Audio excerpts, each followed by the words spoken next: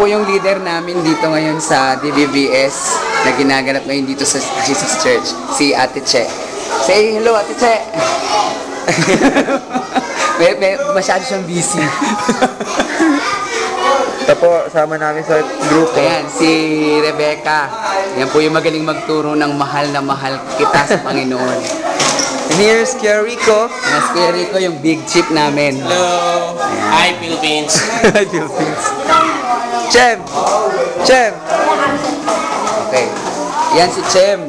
Ang buntis. Oh, Jen! Hindi daw buntis siya. Pero hindi talagang very supportive yan sa mga games. Hi! Ayaw. So, ito yung nagbibisi-bisihan. Yan siya yung nagbibisi-bisihan. Nagbibisi-bisihan. Ayan si Here's Sarah. And this is Sarah. Siya yung, she handles the crop for the children. Okay. Ito yung ginagawa ngayon ng grupo namin at Chinook.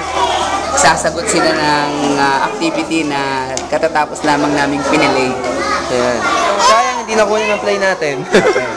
Dito naman, Ang mga young girls. That's Kat. ayan si Kat. Dito Say siya hi.